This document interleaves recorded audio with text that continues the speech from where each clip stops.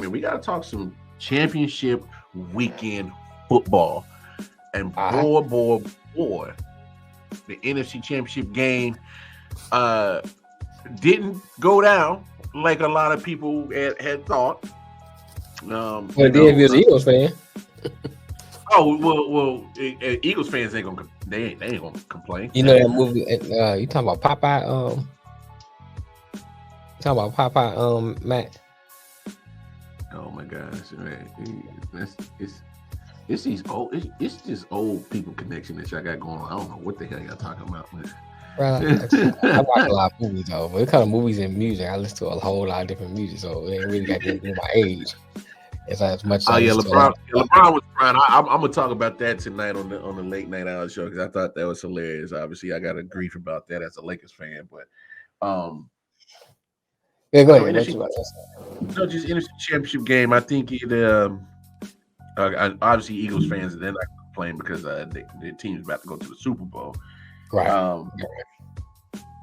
But I just want to bust a take bubble before people start going crazy. Like, oh, the Eagles, the Eagles just beating a whole bunch of beat up teams. Look, with Brock Purdy going down, they killed him. Mm-hmm. But I'm not willing to just go ahead and just throw the whole game away just because Josh Johnson got in there. Okay. All right, because first of all, you're on your third string quarterback as it is. You don't think that Kyle Shanahan is getting every quarterback in the room ready to play? He's on his third string. He's getting every quarterback prepared to play because he knows what he's dealing with. I'm dealing with injuries every year. I mean, when's the last time he's had one quarterback play through a whole season? It's been a minute. Because even last year, Jimmy G got hurt and Trey Lance went in. And then Trey Lance got hurt backing up for Jimmy. So Jimmy G is a curse. Yeah, he's a curse. But what I'm saying is that Josh Johnson, who's been in the league for was scared. I don't think I think he wasn't as prepared as he should have been. He probably overwhelmed. Yeah. But what I'm saying, he's gonna play. Yeah, but at the same time, did you start seeing Josh Johnson kind of slowly start getting to the rhythm of the game, and then he got knocked out, got concussed. Mm-hmm. So what I'm saying is that Kyle Shanahan changing that to Tuwood. Yeah. That's gonna be new. He got Tuwood. Okay, so before he got to it, he was starting to kind of percolate in the ball a little bit. So yeah. What I'm saying is that Kyle Shanahan and his system is smart enough to adjust to what he's been working with because he's used to formulating a plan on what quarterback he has working with him. And if you look at Josh Johnson, Brock Purdy, and Jimmy G, they're all kind of similar play styles. So it's not like he's going to be changing a lot. Right. So my thing is that had Josh Johnson not got knocked out, I'm not saying the 49ers would have won, but I think it would have been a more competitive game because at some point, Josh Johnson would have gotten into a rhythm because he's been in the NFL for 13 plus years.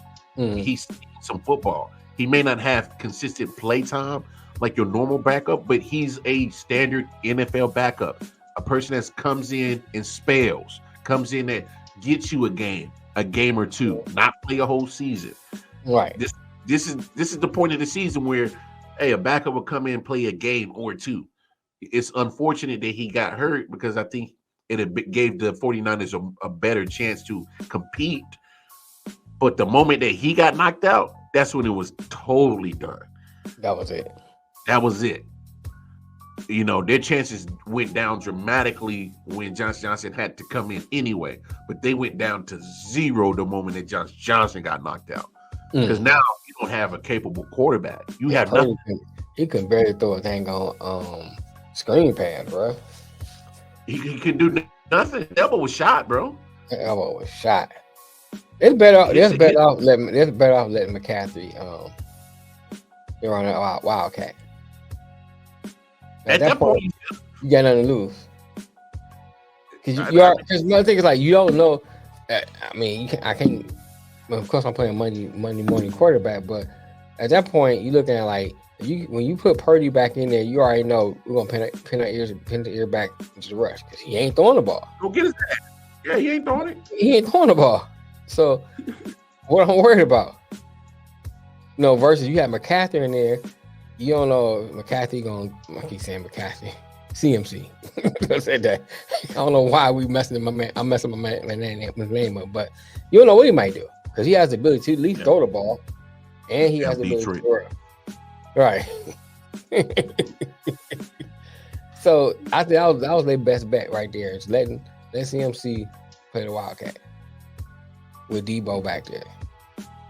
Mm-hmm. At least you have a dual threat. Because at that point, you got nothing else better to do. Nothing else to lose. Because you already down. Hell, McCaffrey, I guess that's your fifth string. You know what I'm saying? Yeah.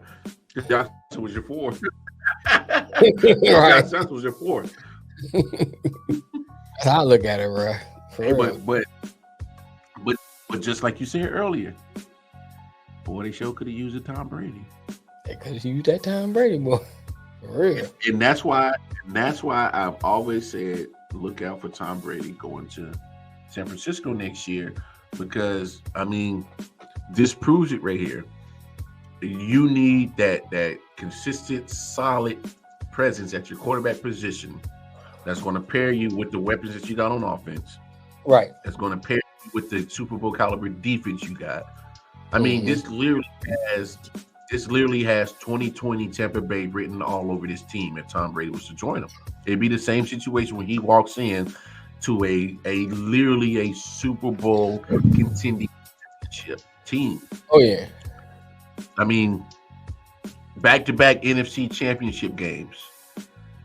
3 of the last 4 years they've been in NFC championship games. 1 Super Bowl appearance. So this team is in Super Bowl window right now. And you need to find something consistent at all at quarterback. Trey Lance, he got hurt last year, missed a couple of games. Got hurt majority of this season as a starter for his first year. Right. All right. Obviously, Jimmy G, you probably move on for him. Oh, most definitely. Brock Purdy, it was a Q story for the last 7 weeks. But hey, why don't you come learn? Hey, Brock Trey Purdy Lance, might get some money though, man. Somebody may pay him some money to come play for him. Make a trade because he's a rookie. I mean, he I don't know his contract status, but I know he's a 7th round, so it's probably a 1-year contract anyway. Yeah, whatever I'm saying. But if I'm San Francisco, obviously you look at the capital you gave up to go get Trey Lance. You get him in the 3rd overall pick.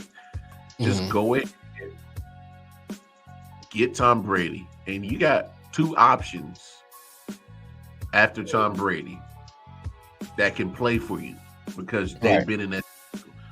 But more than likely, Tom doesn't miss games. That's what you need at the quarterback position in San Francisco. A person that's not going to miss football games. Right. And that's what Tom brings. Now, Tom, not only does he bring consistency as in being available and being there, he just happens to be the most winning quarterback in history of NFL with 7 Super Bowl titles. And he has a chance to make history. He would win a Super Bowl with 3 different teams. Yeah. So his championship pedigree speaks for itself. I mean, that's a no-brainer. I think we're all aware as sports fans of the winning ways of Tom Brady. So if I'm San Francisco, boy, not only would I entertain it, I'm in full pursuit of it. Because my thing is, if Tom Brady's there yesterday with that offensive line, with that type of weaponry that he has with Christian McCaffrey, Ayuk, Debo, George Kittle. Oh, not to mention we got a good defense too. That's a different football game yesterday. Hey, Mitchell ain't no slouch. Yeah, but he didn't play. And I once I found out that Elijah Mitchell wasn't playing, I was like, that makes a little bit of a difference because he's more your pound bruiser running back. McCaffrey's more your finesse running back. Right. And I'm just saying in general. You talking about naming players? I'm saying. Oh yeah. Oh yeah. But I'm just going based off of what was on the field yesterday. Okay. Okay. So Tom Brady at quarterback right there would have made those adjustments. Be like, hey, I need you to be blocking Hassan Reddick all coming off this edge. Go get Kittle. I knew that comment was coming.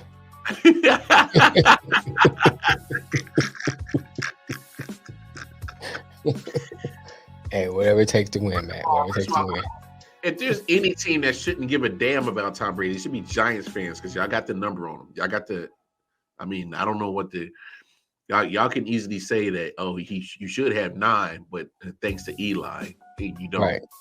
So, right. I mean, y'all kind of own him in the Super Bowl. I mean, I don't know. It's just, I'm just looking at the scheme of how Tom Brady would have been able to make those adjustments because Hassan Reddick had a playoff career game yesterday. Yes, he did. So I don't know who decided to let just George Kittle try to block a defensive end all day. Not just George Kittle, who put another tight end on too. Who decided to put a tight end on? Period. It didn't matter. Maybe chip him, but but having somebody pull around one-on-one with him. Yeah, I'm saying they should. I can see maybe chipping them to slow them up, and then have somebody come around or something. Yeah, I know. I said it. I said it for you. But the one-on-one with Reddick. Here's my thing. You come in the game. Okay, you try it don't work. You make that adjustment. We made that adjustment quick. You know what I'm saying? We're not about to let this happen again. You gonna keep letting them go one with tight end? Yeah, and that confused me because I would give Kyle Shanahan the benefit of the doubt that he's smarter than that. So I don't know exactly what he was doing, what he was thinking. But I will say this. Philly's defensive coordinator was smart because he did not sit him on Trent Williams' side. Let's be honest about that. Like, go look at the game. Hassan Reddick got off on the opposite side of Trent Williams. Right. Let's be 100% and real about that situation. He wasn't having that. He said he wasn't having at the end of the game, boy. Oh no. Trent Williams is a monster, dog. In my opinion, easily the best left tackle in the game. Chiefs tried to get him. I would have loved that they had Trent Williams blocking in front of Patrick Mahomes because he brings that nastiness to him. And Ndamukong Suh with that. Oh, he said it ain't crazy. And Ndamukong Suh got his face, but he was coming. But it was more. It's probably more like Ndamukong Suh was more like, "Hey man, you ain't have to do my teammate like that, man. I'm just gonna act like I'm talking shit to you, but I really don't want that." He like, that nigga crazy. I'm good. I'm too old for this. This ain't the young Sue. It's the old Sue. Oh yeah. So he did have a good game. Oh yeah. We come on. Like I'm not trying to throw shade on Hassan Reddick because he had a hell of a playoff game yesterday. He did. He had a good game. I mean, the defense as a whole played a pretty good game. Yeah, but what I'm saying is do that against Trent Williams, and then I will give you all the praise in the damn world. Like if you beat Trent Williams and you getting all them sacks like that, I will give you all the praise in the world because man, that's not an easy shit to do to beat Trent Williams and cause havoc on the defensive side, sacking the quarterback. Right. So, but I saw Ant's comment, and that was one of the things I was looking for was for the 49ers to get that run game going. Mm-hmm. You know, you want some of this too old man? No. No smoke. But no, the 49ers, if they could have had a healthy quarterback, and honestly, that's all they needed. Mm-hmm. Just a healthy quarterback. I mean, and Brock Purdy, unfortunately, had to go back in, and obviously his elbow was shot to shit. I mean, I'd have tried to throw it with my left arm or something. I'd see how ambidextrous I am. I don't know. He put a noodle out there. That mother was like noodle. Oh, if anything, just rugby toss that bitch. Oh. Been pitching that mug or something. For real. Look, we better figure this shit out, dog. We gotta start punting. My left foot up in here. But I think the chances definitely went down to 0 once Josh Johnson got to. Yeah, once he got to it, that was it. Because you look at I'm gonna say this though. When I look at the beginning of the game, they looked pretty evenly matched. The defense was they did back and forth. Hurst was kind of like slowly, he wasn't getting a lot of his runs in. They was playing Hurts pretty good, but allowed him to get off running. Mm-hmm. It looked pretty good, and it seemed like once Josh Johnson got out, like the momentum of the Eagles started going in their favor, and it's just like now Hurts is running. Like that one score when he ran most of that. They marched on the field. He ran, called his own number, kept running, and methodically moved down the field. And I think that's the one was that the one when Boston scored? I think. Yeah, defense was tied. They were tied by then. Said we tied, Boston. Yeah, because we back on the field quick again. We had nearly 2 minutes to rest. I think if Purdy wouldn't have got hurt, or like you said, Josh Johnson, it'd been a better game. Purdy would have got hurt, I think it would have been a closer game. Because he still was playing smart. Up until Riddick hit him, he was playing pretty smart. He have a throw, he threw the ball away. So I think, and the way McCaffrey was kind of slowly getting his rhythm, they'd have broke another one because he had scored one. They probably broke another one, scored again. So I think like you said, once he got hurt, that was just it.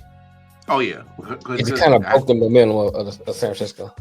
Yeah, not only that, how the hell you gonna move the ball? Right. It makes you so one-sided for sure. And I agree with you, Matt. I mean, looking at the stats, I mean, they really didn't blow it out of the water. You know what I'm saying?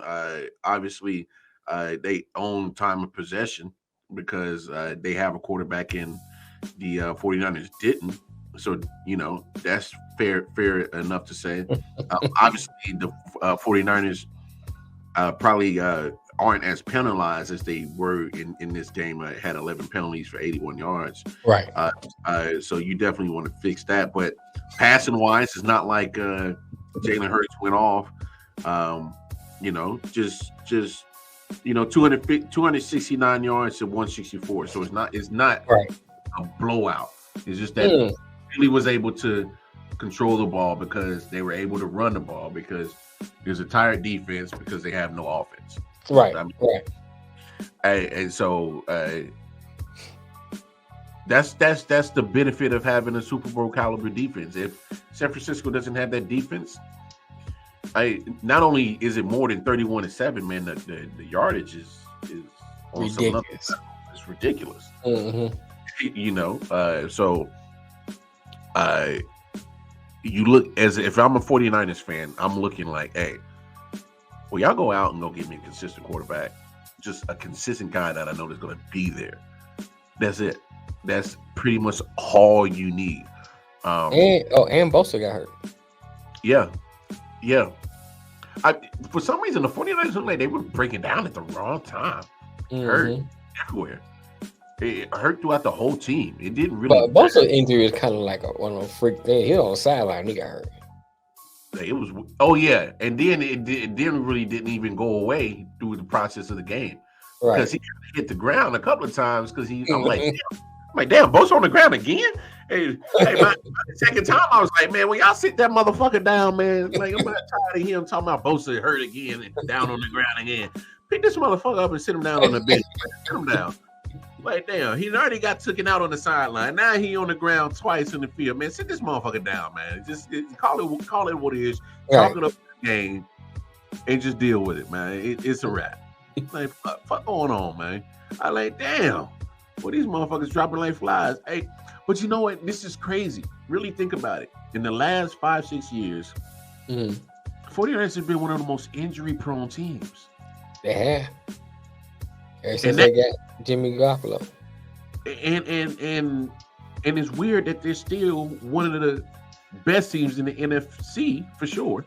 One of the best teams in the NFC, and that's amongst all these injuries that they deal with year in and year out. It's to me, it's a football miracle, man.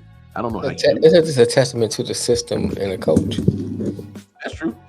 That's all. That's all that is. Testament to the system and the coach. I give you that. That's a good that's a good point. It shows you how good Kyle Shanahan and his coaching staff is doing. You know, and see, because look at his coaching tree. Robert Salah goes to the Jets. Right. D'Amico Ryans is probably next. That's going to leave the tree. Yeah. Going back to Ant's comment, I meant to comment on that. I forgot, but go ahead. He was asking should Ryan leave. I think he should, but not go to Houston. He's waiting for another opportunity. That Houston job it's a trap. Hey, that complexion. It's a honey trap. That complexion right. is 1 year. 1 year. That's it. Hey, we can fill the Rooney room, right? All right, go ahead and get rid of him. Yeah, fill the Rooney room. Yeah, go get him.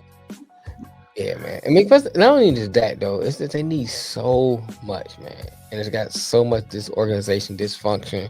It's a lot going on there, man. It's dysfunction part that I would stay away from. Yeah, it's a lot going on there, and if they're not gonna give you a time to build, because you're gonna need time. You're gonna need time to build. You got a few pieces, but you don't have a lot. Man, last year's draft was good. Here's the crazy part.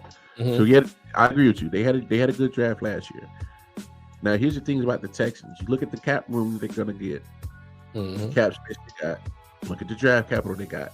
It actually has the recipe for a quick turnaround. It really does. Oh yeah. The only problem is, just like you said, that dysfunction and that whole atmosphere and everything of how the team is ran is what really turns your stomach on going to that place, because you're like, damn, man, this place got some potential.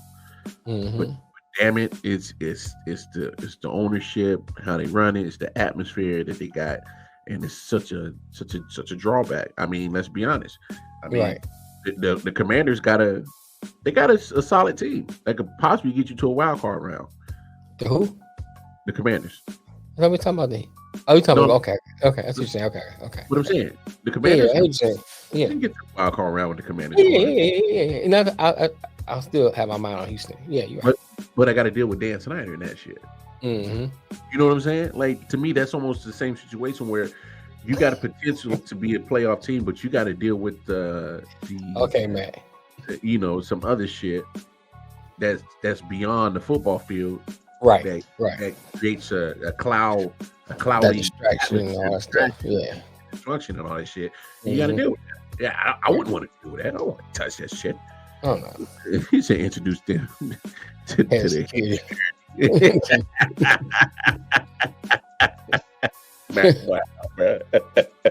He has a defensive mind like Smith and do what change. I mean, I don't disagree with you, Ant. I mean, I'm just saying, in the general sense of him going there, it's just too much going on there. If he was defense offensive minded, that don't even matter to me. It's just like what's going on there, and if they're not giving you the time frame to improve, why would I want to go there? That's my thing. You know what I'm saying? Because at least if they gave you time frame to improve, you could have a top-notch defense at the very least. If you're a defensive mind coach, you can put together a great defense. So either they fire you in 3-4 years, Houston's on a better end once you're gone because you build them a great defense. But if they're only gonna give you a year, there's nothing you can do. You don't get time for that defense to gel together. You don't get time for that defense to do anything. You know, not in a year. You're gonna have mostly rookies playing because you're gonna build it through the draft. Maybe get 1 or 2 veterans. They're not gelling together. They might gel towards the end, but not enough to really solidify good defense. He said work for Watson. That's my thing with that. Work for Watson, give him 200 a guarantee.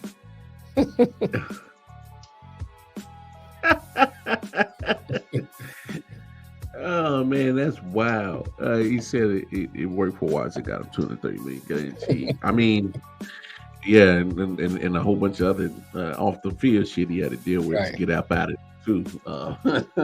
As you see that the franchise got they ain't had that much scrutiny as compared to Deshaun in that situation. But